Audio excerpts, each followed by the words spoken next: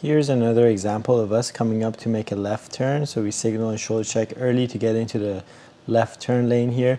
There's already a car in front of us, and they're making it particularly more difficult to see the traffic up ahead and to try to plan ahead in advance to see where is that safe gap for me to be able to make this turn. So the way you should think of this is once they make their turn, if the light is still green, you will come into the intersection, get into your waiting position and see for yourself what's going on, and then make the turn when it's safe to do so. So we don't just blindly follow this car to the left just because it might be clear for them to make a turn, but by the time we go to make the turn, the car that's approaching might be too close. So let's see how this plays out.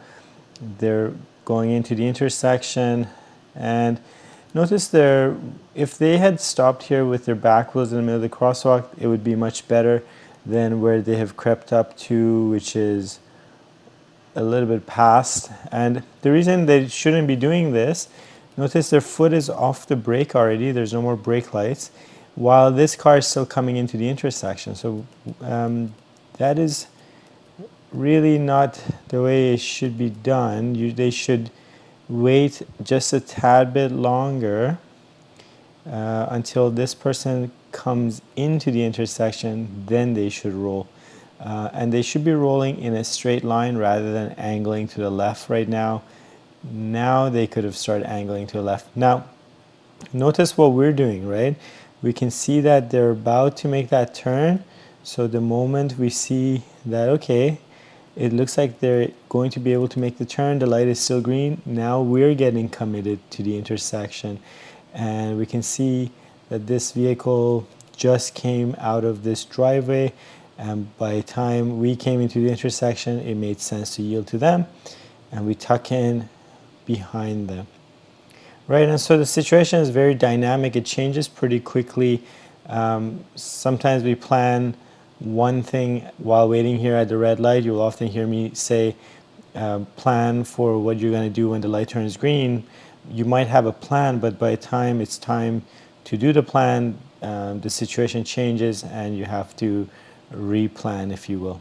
So let's see when we could tell that that car is coming out of the driveway. There, we could see him there, so you should be thinking, oh, he's turning onto this road. This person might be able to tuck in behind this car, but now that we're coming into the intersection, we don't want to just try to shortcut and quickly make a turn in front of this car because he's still considered oncoming traffic. Even if you think you can make it over here without colliding with this vehicle, it's about not impeding the movement of oncoming traffic. So he's clearly just came out of the driveway, he's accelerating to get back up to speed, so we don't want to mess with that.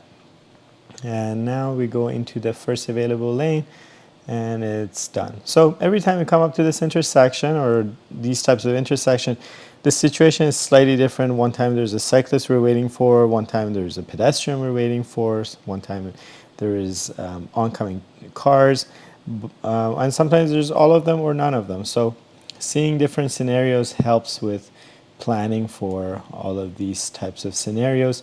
The main idea is start looking ahead, right? So from this far back, I'm looking at what kind of light do I have, how much traffic is up ahead, where could I possibly make the turn, or where could this car possibly make the turn, right? If I can kind of gauge the traffic, I can kind of get a sense of, hey, there's like 30 cars there, or no, there's only 3 cars. So maybe by the third car has cleared the intersection, this person will be able to make the turn. Maybe I can make the turn on this light. And trying to get as much information about the intersection leading up to the turn itself.